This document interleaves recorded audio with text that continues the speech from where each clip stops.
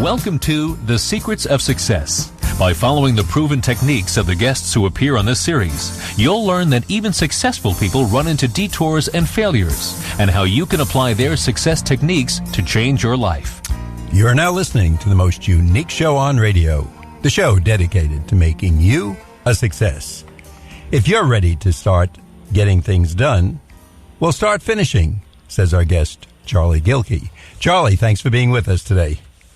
Thanks so much for having me on today. Now, Charlie, your book, that's the title of your book, Start Finishing. And you start out by saying, someday can be today. What does that mean?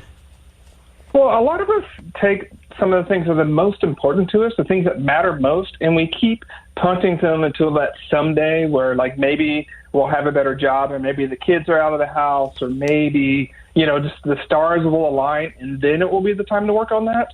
And we keep punting the things that matter most into those spaces. And, you walk a few decades on this planet and you realize that someday never really comes. And so really what I want to do with Start Finishing is to have people make that someday today.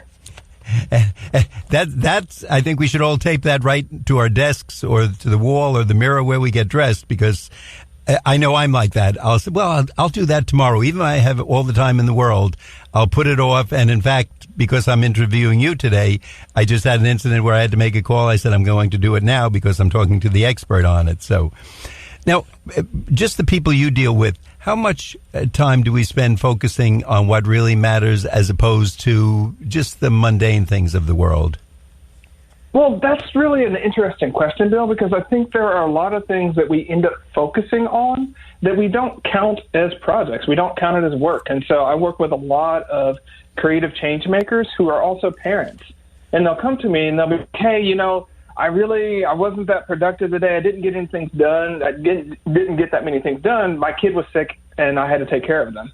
And I always want to pause and say, but wait a second. That's one of your most important things, if not the most important thing. And you spent time to invest in that. And the reason I bring that up is because I think part of it, our challenge is that the way we think about projects and the way we think about work is so focused on economic projects and economic works, i.e. our careers or our business or our profession, and not on the work of our lives and the projects of our lives. And that's where I have to sort of punt a little bit on this question, because I think when we get down to it, a lot of people are spending maybe unintentional time working on some of the things that matter, but it's not really full in and intentional and thought through as the way that it could be. And then we over worry about all the economic work and projects that maybe we're not getting to, or maybe we think we should do. I think I'm going to get the most out of this show. Never mind our audience. Me personally, I'm going to get a lot out of it.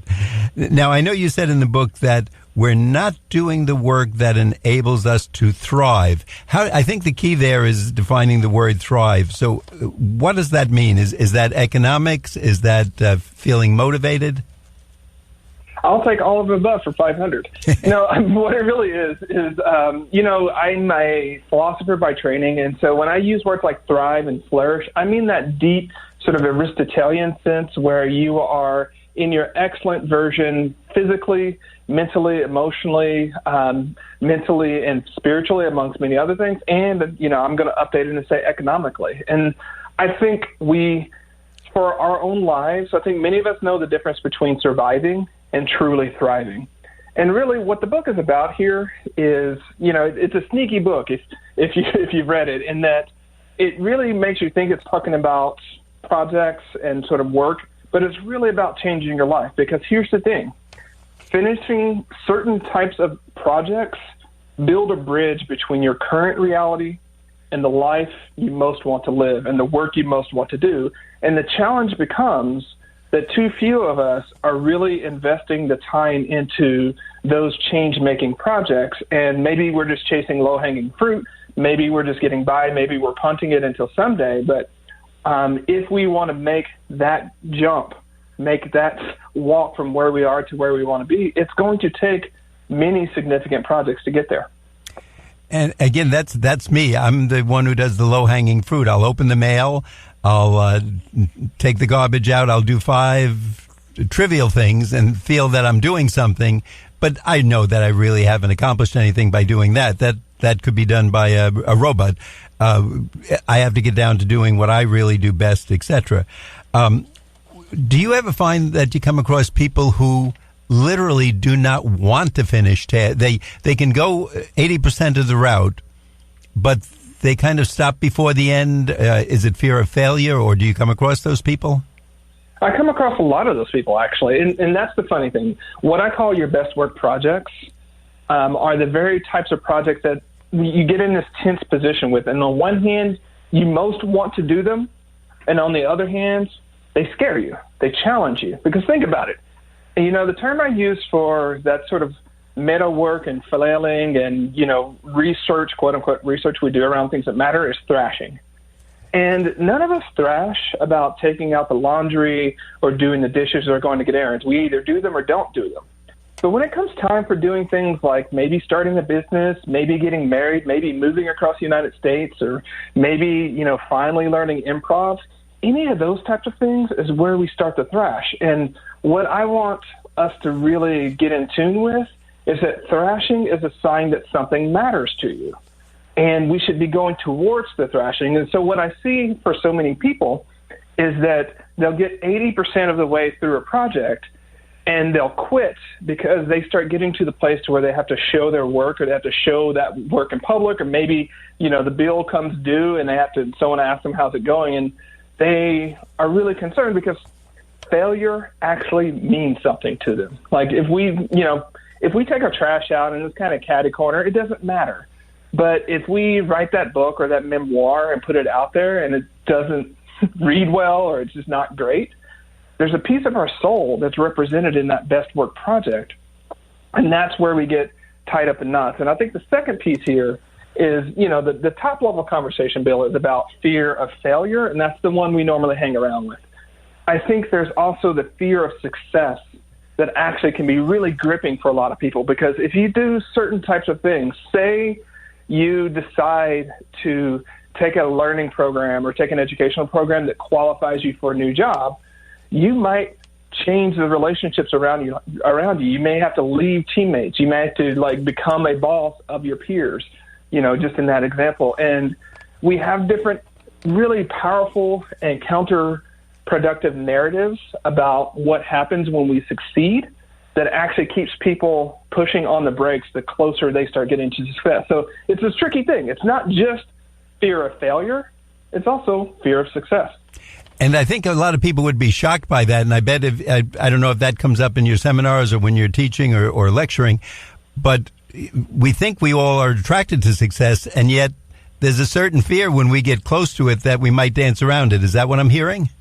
That's what you're hearing, and I'll take it and I'll contextualize this largely for women in our society, because there are different types of pathways that women can go along that will change the expectations, say, in their family. And so if they become that successful manager, it may shift the dynamics of child rearing and housework and create some awkward conversations with their partners, right? And so that can be it, or with their friends. And so I just give that because I think women and people of color see that a lot more, but I think all of us understand that we sometimes have been that smart kid in class that then becomes made fun of because we're the smart kid, or, we're the teacher's pet, and then, that creates some social pressures.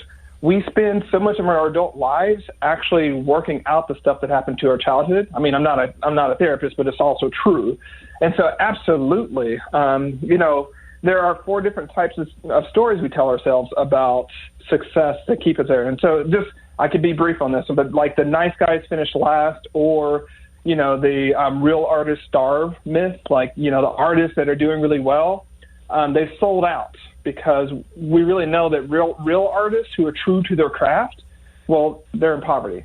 Or if you're a nice person, you can't win. You got to step on toes. You got to, steal one over on somebody to get ahead. And all those types of stories start tripping us up to think, well, wow, if I become successful and that's what successful people do, then I become that, and I don't want to be that. And I think it's interesting because, especially when you mention with the women, if the woman is a good business person or in an active working world, does that mean she's not a good mother or a good spouse? And it may put people at odds with that to say, you know, if I'm one, can I be the other? And perhaps even the same thing for the husband, too, now that we look at it, that if they're extremely successful, are they spending enough time with their children or with their spouse or in their home life? Let's put it that way. So you bring up a lot of interesting questions. Charlie, I'd like our listeners to know that if you're just tuning in, you're listening to The Secrets of Success on the voice of Nassau Community College, 90.3 WHPC. I'm Bill Horan. Our guest today is Charlie Gilkey, spelled Gilkey. His book is Start Finishing. And Charlie, can you tell us where we can get the book and if there's a website where we can find out more? Absolutely. You can get the book at most online retailers, most indie books, and most box stores. You can also go to startfinishingbook.com. And if you didn't, to our audience, get that information, we will ask Charlie to give it again later in the show. If you're that person, or if you're saying, wait a minute, he's describing me, maybe it's time to get a book like Start Finishing, just to know that that in itself is a problem, can get you over that hump by 50 or 75% and start finishing these projects and start to thrive in the world that you're working in. Now, you mentioned, too, though, that once we start doing this, we'll be the center of a storm of other people's opinions. Can you talk more about that? Yeah. So we humans are very strange creatures in the sense that on the one hand, we love the status quo. And on the other hand, we seek novelty, right? We seek change. We seek being that cowboy. And when you start to change the status quo, which could be the relationships that you're in, it could be the way that you show up to work and show up in meetings. It could be the way that you parent or the way that you're, the way that you're a sibling. All of a sudden, people will have a lot of opinions about that. They'll have a lot of things to say about you changing this because we, especially when it comes to relationship and status, we don't like change. And so that's, I think, one of the first hurdles that people have to really face when they start a best work project is other people's opinions. So just give an example. It's that time of the year where we start thinking about fitness and goals like that. If you're that person that has been in a group of, let's say, complacent, sedentary people, and you're the one that starts working out, you're the one that starts suggesting activities that are active, you're the one that starts losing weight, the other people in the group feel threatened and can sometimes create an us versus you scenario, right? Where it's like, we're the people who are, we're fine with who we were and you started changing. So what's up with that? And so they can sometimes unintentionally derail you, sometimes unintentionally, be a naysayer. And you just got to know that doing this type of work, you may lose some of the people that you've been in a relationship with. And the question I would ask people is, if you're staying small, if you're staying just, in that space of survival is what it takes to remain in relationship with people, do you really want to be in that relationship? And, of course, there's the people today think so much of social approval that the question you bring up really can be very meaningful because to some people, it's just more important that people like them. I guess that's a mantra that they go through life with. And if it's going to result in some of their friends being a little negative, I guess they just don't want to take that challenge on. Yeah, it's a really interesting thing. And I know I don't mean to sound dismissive of so many of our brothers and sisters out there doing their best, but when we look at statistics, just in the United States, the large majority of people are in financial trouble. The large majority of people are unhappy. The large majority of people are disengaged at work. Why do we pay so much attention of people who are broke financially, broke emotionally, and broke sort of professionally? It doesn't make a lot of sense in a way, and yet we do. Now, you mentioned, Charlie, that we live in a project world. What does that mean as opposed to, and how do most people think of the world? Yeah, so somewhere along the line, I think TV gave it to us. We had the idea of what I call career world, which is, you go to school, you get the degree, or you get out of school and you get a job. You work at that job for several decades. You turn 60-ish, and then, if you're living it big, you move down to Florida and live off your retirement. You sort of work for one company, and that's sort of life. You have kids and you do some other things in there, but that's largely it. But the thing about it is that's actually a myth. It was never really true. it was just this story we told ourselves about the world of work. What we actually live in is a world that changes in really substantial ways every 3 to 5 years, meaning in your personal life, the relationships that you're in and the relationships around you evolve. So if you have children, they go through predictable stages every 3 to 5 years, from being toddlers to being in kindergarten to being in middle school to being in high school to college, starting their own families. Every 3 to 5 years, something changes with them. If you're in a long-term romantic relationship, turns out every 3 to 5 years there's growth and evolution, or at least one hopes. So you can kind of see how that can go. Or you move to a new place, or you buy a new house, and all of those things count as projects for me. And in our professional world, you get a job, you get promoted, you take on a lateral, you get a new position, you get a different job, and they tend to come in these 3 to 5 year cycles. And the benefit of thinking in terms of project world is, on the one hand, you don't have to really think about and really worry about those long-term decisions about what you want to be when you grow up, and is this the absolute right step? Because, win, lose, or fail, in 3 to 5 years, you're going to be doing something different. So, it gives us a lot of freedom, and it also means in 3 to 5 years, you can't really take and get credit for the stuff you've been merely working on. So if you've been at a job and you've been working on something, but you can't really show results for it, you can't show a finished product, it's really hard to get a new job by saying, yeah, I've been working somewhere for 3 to 5 years. I've been working there for 10 years.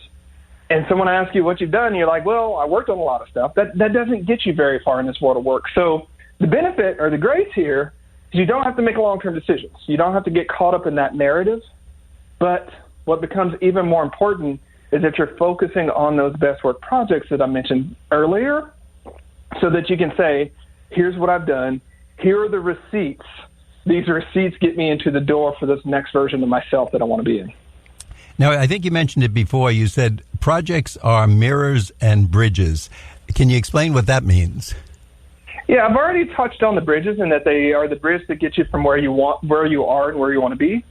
But they're mirrors as well, because as soon as you choose certain types of projects, not all projects, but those ones that everyone knows, they've got a closet of their soul that they stuff some of these projects in. And I've given this talk a lot, so I know everyone has it, right? Those types of projects, as soon as you start touching on it and committing to that, it's a mirror in that it reveals your internal narratives, all your fears, what I call your head trash, those cultural stories that you pick up, those limiting beliefs, all of that stuff comes up. It also starts to show you the external constraints that you have. So maybe you have a project in there and you don't have the money that you want, or you don't have the time, or you can't do it with your current job, or you can't do it because you're caretaking your elders right now, and that requires a lot of time. And so the project, people, I think, do two things when they see those types of things come up with a project. The first thing, when they start seeing all this sort of negative undertow come up, is they say, well, there's something wrong with the project. I need to do something different. That's when they're being nice. When they're not being nice, they say something's wrong with me. I'm not ready. I don't have enough. I'm not capable. I'm not the right person. And really what I want people to shift it is say, oh, there's something going on in my internal and external world that will need to shift if I'm going to do this project. So the question becomes, am I willing to make that shift and own it because this project really matters to me, or not? And guess what? And not or not is a really great answer, because then you can shut the door on that and say, you know what? I've chosen not to do that thing, so I don't have to keep rummaging for it and feeling bad about it and thinking about it. I can move on with my life. Now, Charlie, I'd like to let our audience know again that if you didn't hear it before, you're listening to The Secrets of Success on the voice of Nassau Community College, 90.3 WHPC. I'm your host, Bill Horan, but what's more important, the gentleman you're listening to is Charlie Gilkey, spelled Gilkey. His book is Start Finishing, and especially if you're one of those people who get started in projects, but they just never seem to finish, or they're hanging out there, maybe there's a reason, and maybe there's a time that the time is now to stop that from happening and advancing a little more on the projects that you really want to count in the world. Charlie, can you tell us where we can get the book and if there's a website where we can learn more? Yeah, so you can get the book at all of your favorite online retailers. You can find it in most local bookstores. And if you want to find out more information about the book, you can go to startfinishingbook.com. And to our audience, would like to remind you that if you heard part of the show or you'd like to hear it again or recommend it to a friend, you can go to nccradio.org and listen to a podcast of the show. Just look for Secrets of Success and Start Finishing.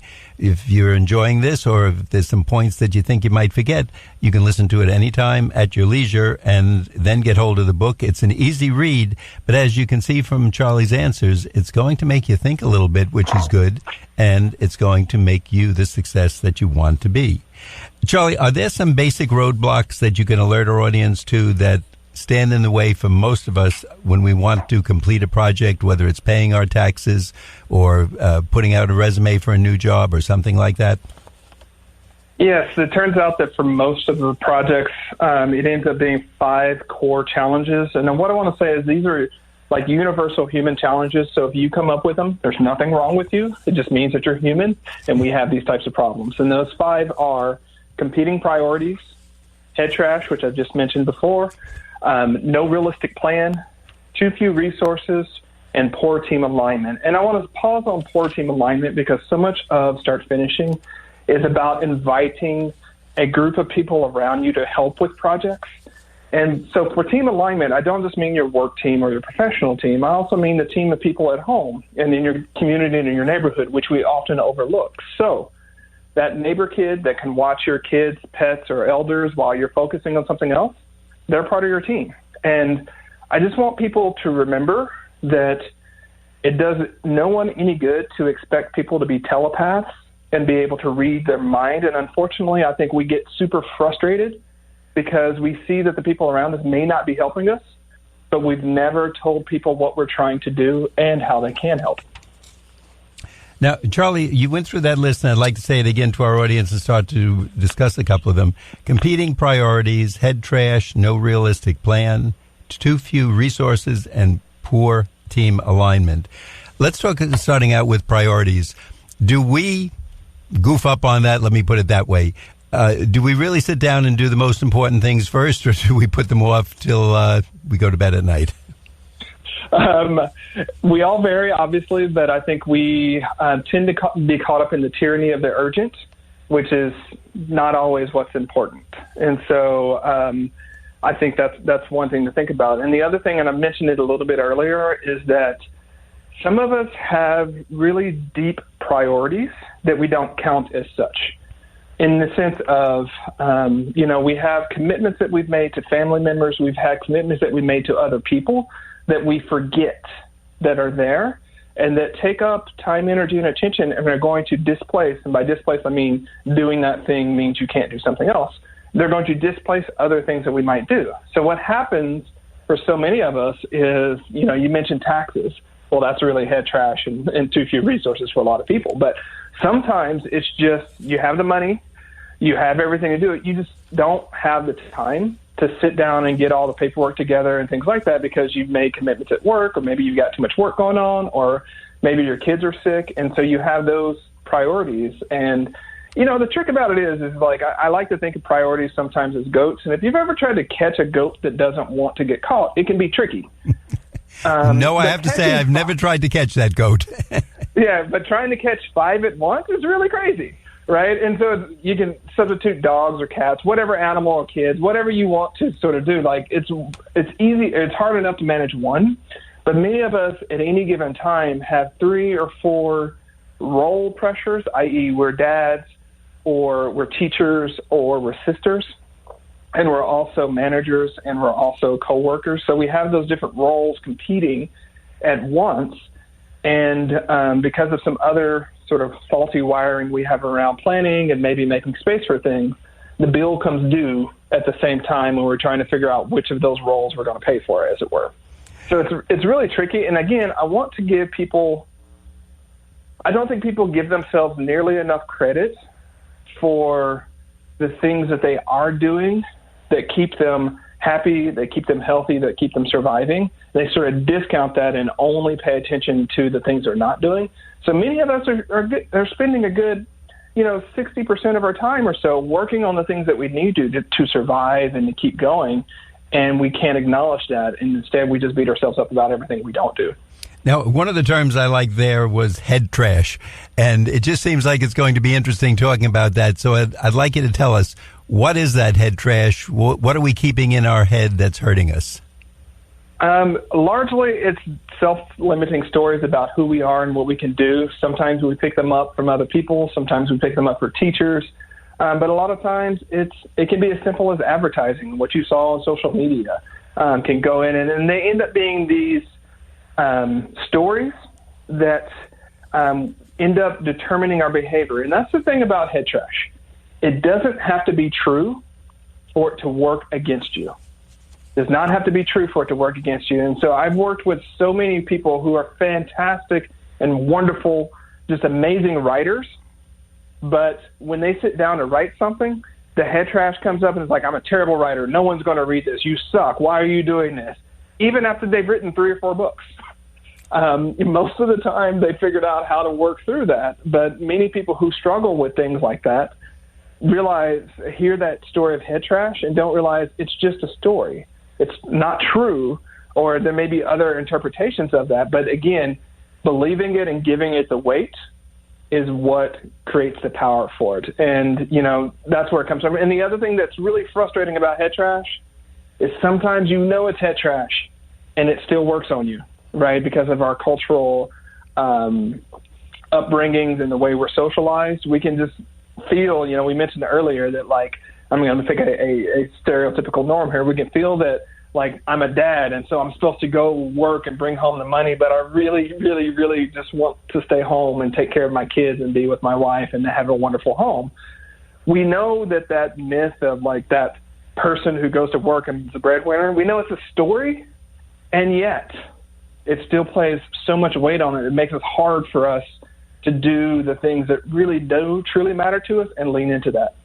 Charlie, tell our audience what you think they could do tomorrow to get started and to start finishing. I would like them to reach into that closet of their soul where they've stuffed some project, some idea that they've waited for someday, something maybe later when time is better. And I want them to pull it out and say, you know what? What can I do in 2 hours this week to move that project forward? 2 hours this week to move that project forward, and you will be amazed at what you can get started. I love that. I think that's a good tip for all of us. I'd like to remind our audience once again, we've been talking to Charlie Gilkey, Gilkey. His book is Start Finishing. Charlie, once again, can you tell us the website? The website is startfinishingbook.com.